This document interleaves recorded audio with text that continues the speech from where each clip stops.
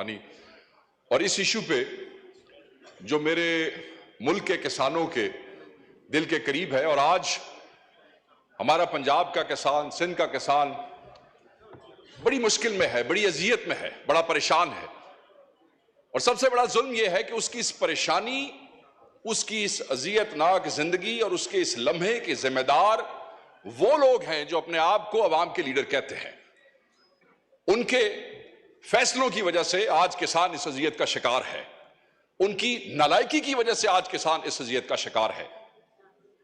اس سے بڑی نالائکی کیا ہے کہ پنجاب حکومت جو ہے وہ 3200 روپے پہ امپورٹ ہوئی گندم جو ہے وہ 4700 روپے میں خریدتی ہے۔ اس کے بعد حکومتیں جو ہیں وہ 3900 روپے کی سپورٹنگ پرائس جو ہے وہ فکس کرتی ہے، اور پھر اس قابل بھی نہیں ہے کہ اس کو انشور کر سکے، کیونکہ اوپن مارکیٹ میں اس کو پھر 2800 سے لے کے 3000 روپے تک کی قیمت دی جاتی ہے۔ آپ مجھے صرف یہ بتائیں کہ وہ کسان جس کو پانی مہنگا مل رہا ہے کیونکہ اس کے ٹیوبویل کے اوپر جو بجلی کا بل ہے وہ بڑھتا جا رہا ہے، بجلی کا بل بڑھتا جا رہا ہے، وہ افورڈ نہیں کر سکتا ہے، اسے بیج جو ہے وہ ادھار اٹھانا پڑتا ہے، اس کے پاس پیسے نہیں ہے، اس کے پاس ڈی اے پی خریدنے کے پیسے نہیں ہے، 14,500 سے 15,000 روپے تک وہ بھی بلیک میں لینی پڑتی ہے، اس کے پاس یوریا کے پیسے نہیں ہے، یوریا بھی 10,000 روپے میں مل رہا ہے، بجلی مہنگی، فیول مہنگا، یوریا مہنگا، ڈی اے پی مہنگا، اور اس کے بعد ہم یہ سمجھتے ہیں کہ کیونکہ ہم سپورٹنگ پرائس 3900 روپے رکھ دیں گے اور کسان جو ہے وہ خوشحال ہو جائے گا اور پیسے کمائے گا، جو اس کی لاگت ہے کسان کی اس گندم کے اوپر، وہ اس لاگت سے بھی 47% کم کی آپ نے سپورٹنگ پرائس بھی رکھی، آپ یہ دیکھ لیں یہاں پہ۔ اور جو آگے تقسیم پنجاب کے اندر ہو رہی ہے وہ ایکڑ پہ 6 بوریاں ہیں، اور 6 ایکڑ سے اوپر کی اجازت نہیں ہے، 36 بوریاں، یعنی کہ 6 ایکڑ سے آگے 36 بوریوں سے آگے حساب کتاب نہیں ہے، اور اس کا بھی کوئی کھاتا کوئی نہیں چل رہا۔ مجھے تکلیف اس بات کی ہے کہ اس ایوان میں بیٹھے ہوئے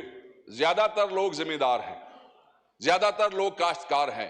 کوئی چھوٹا ہے، کوئی بڑا ذمہ دار ہے، اور اگر خود ذمہ دار نہیں ہیں تو ذمہ داروں کے ووٹوں سے الیکٹ ہو کے یہاں پہ آئے بیٹھے ہیں۔ مگر آپ نے جیسے کہا کہ ایک پارٹی کی طرف سے آپ نے ان کو جوش دلایا کہ بھائی بولو، تسی بھی بولو، تہاڈا بھی صوبہ ہے، تہاڈی حکومت ہے، تساں بھی گل کرو، آپ کو بتانا پڑا ہے، دل نہیں کرتا ہے۔ obviously جب عوام کے اور کسان کی گردن کے اوپر چھری پھیرو گے تو کیسے ڈیفینڈ کرو گے اپنی حکومت کو؟ جب کسان کو حلال کرو گے تو کس منہ سے ڈیفینڈ کرو گے اپنی حکومت کو؟ اس لیے تکلیف ہوتی ہے۔ اور 70 لاکھ ٹن سیلیبل گندم پڑی ہے پنجاب میں، ابھی میاں صاحب نے کنفرم کیا، اور اس میں سے کہتے ہیں کہ پاسکو اور جو صوبائی حکومت ہے وہ کہتی ہے جی صرف 20 لاکھ خریدنی ہے۔ میرے دسو سر، باقی 50 لاکھ نو آگ لا چھڑیے، باقی 50 کو کیا کرے؟ آگ لگا دیں یا چوہوں کو کھلا دیں یا پھر وہ فیڈ والوں کو بیچ دیں۔ سنا ہے وہ بھی گندم شندم لیتے ہیں آگے مرغیوں کی دوائیاں بنانے کے لیے، ان کو بیچ دیتے ہیں، یا پھر کسانوں کو کہتے ہیں کہ تسی اپنے آپ نو آگ لا لو، کیونکہ یہ جو تمہارے عوامی نمائندے ہیں یہ جنہیں کھو کے حکومت لئی ہے، کھو کے سمجھ دے ہو نا، چھینی ہے حکومت، چوری کی ہے، یہ تمہارا حق جو ہے اس کا تحفظ کرنے کے لیے تیار نہیں ہے۔ سو میں یہ سمجھتا ہوں کہ وہ سیکٹر جو فسکل ایئر میں 2020 اور 21 میں پاکستان کی جی ڈی پی میں جس کا 22.7% حصہ تھا، 2020-21 میں جو پاکستان کی لیبر فورس کا 37.8% تھا، آج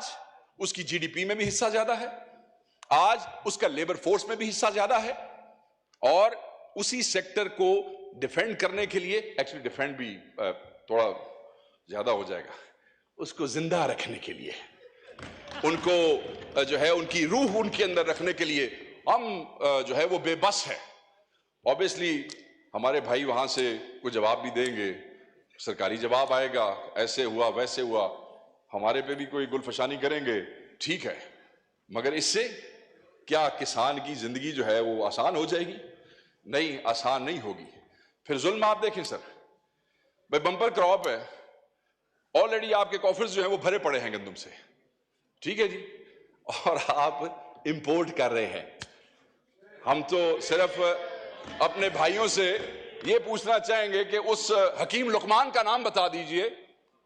یا اس آئنسٹائن کا نام بتا دیئے جس نے کہا کہ بمپر کراؤ بھی پئی جے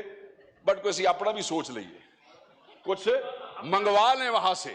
اور وہ منگوا لیا, منگوانے کے بعد وہی میں نے بات کی کہ 3200 اور پھر حکومت نے وہی 3200. اب جب پتہ لگے گا نا 3200 پہ امپورٹ کس نے کی ہے, یہ بھی ایک نئی کہانی ہوگی, کیونکہ اس 3200 والے سے پھر 4700 پہ آپ نے خریدی کیوں. سو میں یہ بار بار نکتہ اس لیے کہہ رہا ہوں کہ جناب یہ عوام کو, کسان کو, یہ وہ کسان ہے جس کو پنجاب کی کئی شوگر ملوں نے ابھی پچھلے سال کی گنے کی پیمنٹ نہیں کی ہے. یہ وہ کسان ہے جس نے بیج ادھار لیا ہے, یہ وہ کسان ہے جس نے کھاد ادھار لی ہے, یہ وہ کسان ہے ڈپٹی سپیکر صاحب جو آپ کے میرے دروازوں پہ, کیونکہ سندھ کا بھی یہی ایشو ہے, وہ بیچارہ کبھی بجلی کا بل لے کے آتا ہے کہ میری قسطیں کرا دو, واپڈا والے بڑے ظالم ہیں. کبھی وہ کہتا ہے شوگر مل والے کو فون کر دو میری چینی کی پیمنٹ ہو جائے تاکہ میرا لائیولی ہوڈ جو ہے اس کا کوئی گزارا ہو سکے. میں صرف یہ کہنا چاہتا ہوں کہ یہ ظلم نہ کریں, اس ظلم سے آپ کرتے ہوئے ڈریں, کیونکہ جس دن یہ بار آ گئے, سانو تو تسی بار بار کہندے نا کب آ رہے ہو باہر, کب آ رہے ہو, جس دن یہ بار آ گئے جو جلدی مجھے لگتا ہے کہ آ جائیں گے, اس دن آپ کا کیا بنے گا؟ کس منہ سے اپنی حکومتوں کو ڈیفینڈ کریں گے, کس منہ سے اپنے حلقوں میں جائیں گے, کس منہ سے اپنے حلقوں میں فاتحہ اور جنازے اٹینڈ کریں گے؟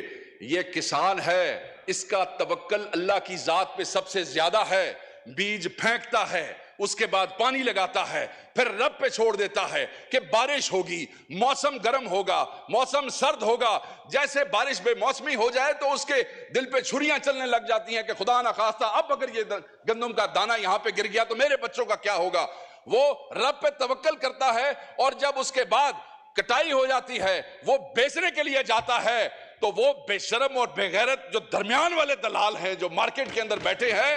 وہ پیسہ کما جاتے ہیں, مگر اس ذمہ دار کو کچھ نہیں ملتا ہے, اس کسان کو نہیں ملتا ہے, اس پنجابی کو نہیں ملتا ہے, اس سندھی کو نہیں ملتا ہے.